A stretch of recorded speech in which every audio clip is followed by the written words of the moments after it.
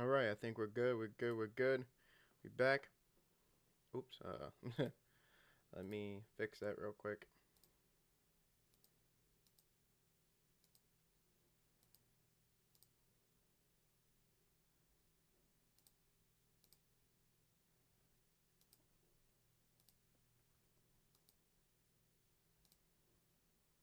Pull this up here. Okay. So, wait. This isn't the right one.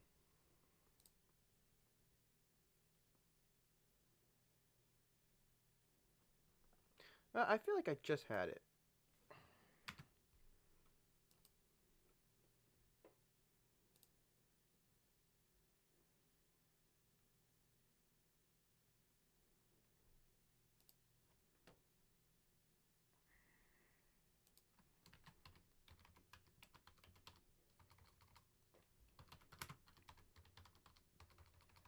I can't spell.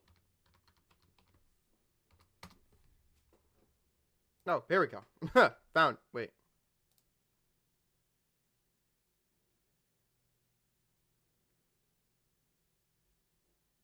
Is this the... Yeah, but this wasn't after WrestlePalooza. Whatever. I think... Okay. Yeah, whatever. Welcome to the Wrestling Pod. I'm your host, Carlito Santiago. I apologize for Monday. We had to do things. Or Tuesday. Sorry, Tuesday. But we are here, and we just got done with WrestlePalooza, but WWE has Crown Jewel in Perth, Australia, which is weird because WrestlePalooza did not happen on Sunday. This was not the after WrestlePalooza. Whatever. This is going to move us towards Crown Jewel, and we already got that kind of preview with Cody Rhodes and Seth Rollins for the Crown Jewel Championship, or the Crown Jewel ring. Tiffany and Stephanie for the women's Crown Jewel ring. And then Sami Zayn continues his little U.S. Open challenge. So what went down last night? Well, I'm about to tell you. But before we do, please, if you could do me a favor, hit that subscribe button, drop a like, comment down below, and turn on those post notifications so you never miss a stream. Ladies and gentlemen, we got some things to talk about. Cody Rhodes came out to start the show. He had on his Crown Jewel ring from last year, just to remind everyone who won the first Crown Jewel Championship. The American Nightmare only got to speak for about 10 seconds before Paul Heyman and the Brons interrupted him. Orton arrived to provide some backup, mind you, out of nowhere. And Heyman did his usual thing and tried to plant seeds of doubt in the minds of Rhodes, regarding his friendship with the Viper. They left without incident, but they will be back for the main event. This was relatively uneventful and predictable. It's gotten to the point that WWE relies on Rhodes for too many promos, and none of them feel fresh, or new, I should say. SmackDown never seems to have as much sponsorship as Raw and the PLEs, but the Call of Duty logo in the ring was a little distracting. I guess so, it was. But I mean, you know these WWE players, they're these WWE superstars, they play fucking video games. Let's look at Austin Creed. Shout out to Up Up, Down Down. But we move on to one of our first matches of the evening. Honestly, uneventful here. But again, eventually the Viper should be Cody's last opponent, maybe. Who knows? I just know that Randy should be winning number 15 sooner rather than later. Well, Sami Zayn took on Javon Evans last week, and then Aleister Black took on Damian Priest around the start of September. So, here we are. So the United States Championship Open Challenge continued this week as Sami Zayn was challenged by him, H.I.M., Mr. Carmelo Hayes, who gave a quick promo saying he no longer had anyone holding him back. Before he could even hit the ring, though, Miz hit him with a skull-crushing finale after Hayes had dumped him as a partner backstage earlier in the show. Aleister Black came out and said he would take his spot. The fact that his music didn't play is also a letdown. But again, the two former NXT champions immediately started trading takedowns and counters to get the action going. The Dutch Destroyer took control with a couple of stiff kicks. The champion, though, began to make a comeback when the show returned from a break. They went back and forth until another commercial break rolled through, so 2 segments. So they had a decent amount of time to make this good performance that got better as it went. Now, as Aleister Black was up at the top rope, he could turn and see that Damian Priest was waiting for him. He distracted Black long enough for Zayn to hit, of course, a haluva kick and then a Blue Thunder Bomb for the victory. This would have been way better if we with a clean finish, but this keeps the feud going with Priest and Black, which is fun. Priest, of course, waited for Black to come outside of the ring, so then he could deliver, of course, the Razor's Edge, okay? Razor Ramon style, all right, through the announce table. So you can expect, probably, maybe, at Crown Jewel or on SmackDown next week in Parth to be a last man standing match. And I would be 100% okay with that because I think it needs to happen. Fucking book it already. Graded a B+, and I think that's perfect. Zayn sold Black's first kick like he was hit by a truck. Sure. But we didn't get Obafemi. So maybe they're not ready to bring him up yet. Maybe Raw. So, Chelsea Green and Alba Fire took on Soruka and Zarya. So backstage, or during a backstage segment, Nick Aldis booked Green and Fire to face Ruka and Zarya in a tag team match, which upset Green because she was just looking for new members of her secret service. See, Fire and Zarya started with a hard-fought lockup. Zarya took control and held Fire up in the corner by her head in a submission before hitting a flying clothesline. Green made a hesitant tag, but still went after her opponent. Green almost hit her finisher, but Ruka managed to counter and hit her with a soul snatcher for the win. This was a decent match, but it felt like it was just getting good when it ended. So, yeah. It's so weird how WWE just ignores the men's speed title now that it's not a Twitter X thing anymore. Ain't that crazy? Yeah, they said fuck no. Fuck with them. They're not. Like, they put it on. The last person I know they put it on was, fucking, what's it called?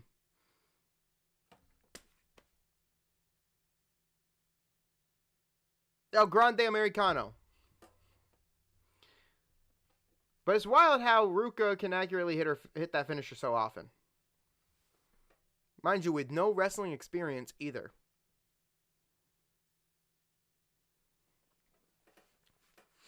We got another tag team match here, though, as we saw Los Garzas versus Rey Fenix and Javon Evans. The next segment saw, of course, Tiffany Stratton and Stephanie Fakir sign their contract for their Crown Jewel match. They each gave a quick promo, signed the contract, and it looked like that was going to be it before Julia and Kiana James showed up. They took out Tiffany in the IOA and then proposed Fakir to join them in an alliance. Of course, Stratton attacked Kiana, but Julia escaped unharmed. Well, almost, because Julia was about to get planted by, of course, the devil herself. But this is probably going to lead to a tag team match, probably next week before the PLE. Because, of course, they're two baby faces. Following a backstage altercation, Phoenix teamed up with Evans to take on Angel and Berto. Michael Cole reminded us that Angel and Berto defeated this duo a few months ago, so this was technically a rematch. Good on that part. Good for remembering. All four of these men could be classified as high flyers, so it was nice to see that they incorporated some other kinds of offense along the way. They still did a lot of high-risk moves, but that wasn't all it was. Because at one moment too, and I hope they mention it here. Yeah, Evans took out a cameraman when he hit a suicide dive. He did. It was like he was coming right at you. If only this was in 3D. That was a good moment. The 5-second backstage segment with Orton and Rhodes was unnecessary. Booker T's commentary whenever Fakir's in the ring has gotten so obnoxious. True. But he should be on SmackDown as a commentator, Booker T, in my opinion. But no, this tag team match was really good. All four men worked hard to put on an entertaining show. It was especially nice to see Angel and Berto get a chance to shine after feeling neglected in recent months. But Phoenix got the win for his team with the Mexican Muscle Buster. So Evans and Phoenix are now, I guess, a tag team because we're going to get rid of, we're getting rid of Andrade. Or, well, now AEW has him, so. And it's kind of funny how that went. He went from WWE to AEW to AEW to WWE to WWE to AEW. He didn't even decide to go back to fucking AAA. That's fucked up. Graded a B+, and yeah. I think this is good. I think that's a good grade. We get to our main event. The Brons versus the Viper and the American Nightmare. This week's main event is brought to you by Call of Duty. Of course, you can see Call of Duty Mobile right in the middle of the fucking ring. I used to play Call of Duty Mobile too. So, yeah, you can download it on iOS or Android. Up to you. Free to play. Call of Duty Mobile. This week's main event was a tag team match with Orton and Rhodes taking on Breaker and Reed. The Viper immediately took control and backed Breaker to the corner for some punches before clotheslining him over the top rope. Orton eventually had to make a hot tag to Rhodes, who took on both men by himself for a bit, but was eventually overwhelmed. This match got a good amount of time, but it felt very basic in a lot of ways. It was like you could predict every move before they did it. Nothing surprising or interesting happened. But on the plus side, nothing looked bad either. See, Rollins also came out while Heyman was distracting the referee and curb stomped Orton for Bronson Reed to hit a tsunami for the pin and the win. Rollins took one too many risks. After Heyman told him not to do it, Rollins just couldn't let it go. Rollins went in there to try to stomp Cody Rhodes, but ended up getting hit with a crossroads to end the show. I think that was a pretty good way. The way Breaker put Rhodes through the barricade was a great spot. The show cut to a break about a minute after the bell rang. The entrances took up so much time. Priest was also shown taking out Kit Wilson backstage again. So don't ever talk about masculinity to Damian Priest. He's banging the fuck out of Lola Vice. All right, so don't talk about masculinity to Damian Priest. He's not gonna like that again.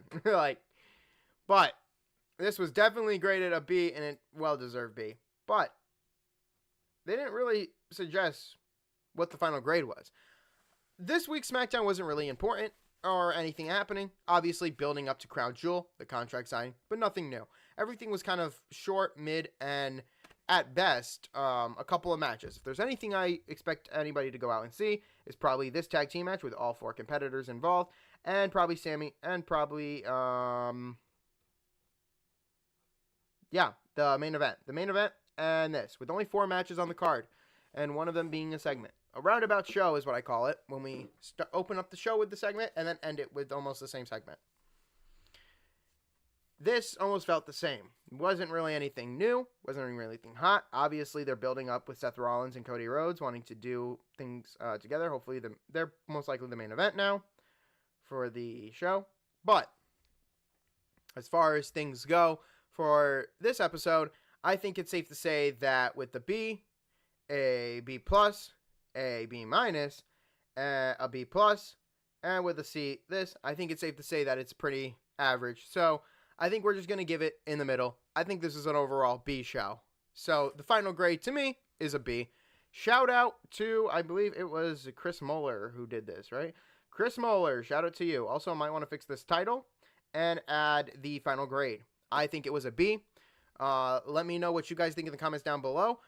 This show, like I said, I think the show had what it needed to have. The only kind of missteps that they had was the Julia contract signing shit and this promo. There was nothing really, segment. Open up the show. Didn't really need to do this. Getting a little bit boring. So, Nick Aldis, want to prepare for a big show in Parth, man. You're going to have to step it up.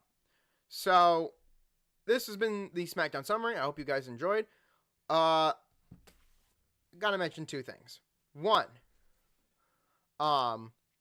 you guys had, some of you, or maybe 2 of you, have seen the video of the Rams and the 49ers. My cousin usually does this. I don't know what the fuck he did. I don't know what the fuck he messed up with. But when I came home, the OBS was messed up, and he didn't turn off the fucking PC, and you guys didn't really get to hear him. I also forgot to switch over the mic to the headphones, as you can see. Hold on, let me pull it back up. Maybe you guys can see it. Maybe you guys can't. So I have to put that on the speakers. Well, they weren't on the speakers, so you guys could not hear him at all. So when he comes back today, I'll have him redo it again, so then he can tell you, so then you can hear him. Okay, good. And then the other thing, of course, is that just so you guys are aware of how this is going to work for Parth. Let me do something here with the camera.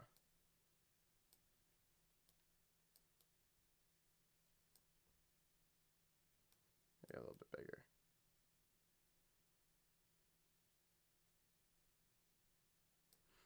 Okay. All right, let me explain to you guys, Parth, how it's going to work. So, the kickoff is going to be happening at 6 a.m. in the morning on Saturday, the 11th of October. So, the pay-per-view is scheduled to start at 8 a.m. in the morning. And the reason they're doing this time, 8 a.m., is because, of course, it's dark at 6 a.m., as you guys know. So, they originally, actually, back when they did Parth originally, they did the kickoff back in fucking, they had done the, it's funny how they did it. They did the kickoff at 4 in the morning, and then they did the show at 6 a.m. Or they started at 4, or whatever the fucking case was. But here, they wanted to get us a better time, so maybe they're in a different arena, or they're maybe in the same arena, who knows. All I know is that they're in Western Australia, they're in Perth again, so this is great. This was a big moment. Now, you're going to see how that works. So, the show is going to begin at 8 a.m., and at 6 a.m., it should be kickoff. So, by the time that we wake up, we should be able to watch this show. Also, Lewis will be in Lowell with his brother for, of course, Bound for Glory that week. So you guys can catch him out Sunday, October 12th in Lowell for Bound for Glory. If you're there, again, go say hi. Go get some couple pictures with him. You should see him. He might bring his WWE belt like he did the last time, as you saw in the fucking photos and videos of our time in Springfield, Mass. So, yeah, go catch him out. Go say hi. Tell him that I sent you. But yeah, that's the thing for Parth. That I am aware, 6 a.m. will be the kickoff, and then 8 a.m. should be the time that the pay-per-view starts. Okay? Good. I will see you guys on Tuesday.